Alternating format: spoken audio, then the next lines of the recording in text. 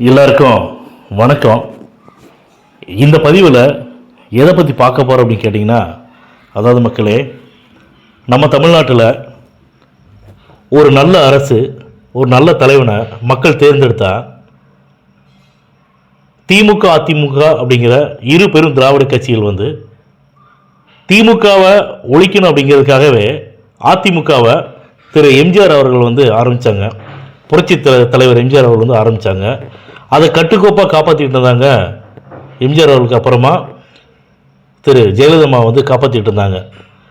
ஜெயலலிதாவோட மறைவுக்கு பின்னாடி இந்த அதிமுகவை தனிப்பட்ட முறையில் போட்டியிட வச்சு எத்தனை முறை வந்து தோற்று போனாங்க அப்படிங்கிறது தமிழ்நாட்டு மக்கள் வந்து நன்கு அறிவர்.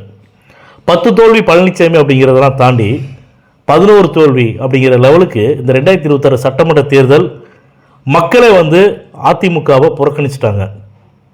குறிப்பிட்ட மக்கள் மட்டும்தான் ஓட்டு போட்டாங்க. ஆளுங்கட்சி எதிர்கட்சியாக கூட வந்து அதிமுகனால் வர முடியல.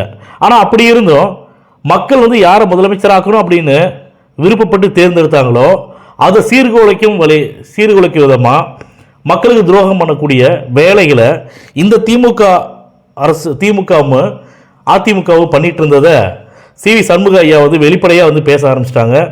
தமிழக மக்களுக்கு எல்லாமே புரிய வச்சுட்டாங்க. நல்லா பாருங்கள், இந்த அரசியல் அப்படிங்கிறது யார் யாரை எந்த அளவுக்கு ஒரு கொள்கை ரீதியாகவும் சரி, கருத்து ரீதியாகவும் சரி, கருணாநிதி ஐயாவை எம்ஜிஆர் ஐயா வந்து எவ்வளோ எதிர்ப்பு தெரிவிச்சிருப்பாங்க. அவங்களுக்காகவே திமுகவே உருவாக்கப்பட்டது அதிமுக, அவங்க ஒழிக்கிறதுக்காக.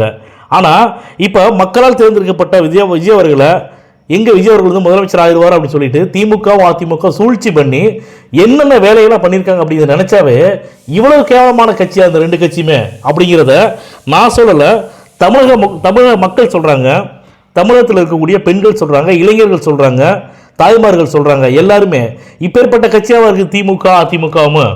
அப்போ இந்த அரசியலுக்காக, முதலமைச்சர் அப்படிங்கிற சீட்டுக்காக, முதலமைச்சர் அப்படிங்கிற அரியணைக்காக என்ன வேணாலும் எந்த எல்லைக்கு வேணாலும் போவாங்க அப்படிங்கிறத தமிழக மக்கள் வந்து அவங்களுடைய கருத்துக்களை கடுமையாக வந்து விமர்சனம் வந்து பண்ணிட்டு இருக்கிறாங்க.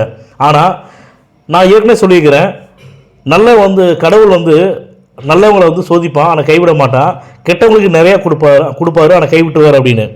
விஜய் அவர்களுக்கு என்னதான் நெருக்கடி கொடுத்தாலுமே, விஜய் அவர்களுக்கு என்னதான் சூழ்ச்சி பண்ணினாலுமே மக்கள் வந்து விஜய் அவர்கள் மட்டும்தான் முதலமைச்சராக வரணுங்கிறதுக்காகத்தான் 108 தொகுதியில் வந்து ஓட்டு போட்டு ஜெயிக்க வச்சிருக்காங்க. அதனால தான் திமுகவும் அதிமுக எவ்வளோ சூழ்ச்சி பண்ணினாலுமே திமுக கூட்டணியில் இருந்த இடதுசாரி கட்சிகள் எல்லாமே விஜய் அவர்களுக்கு ஆதரவு கொடுத்து தமிழ்நாட்டோட முதலமைச்சர்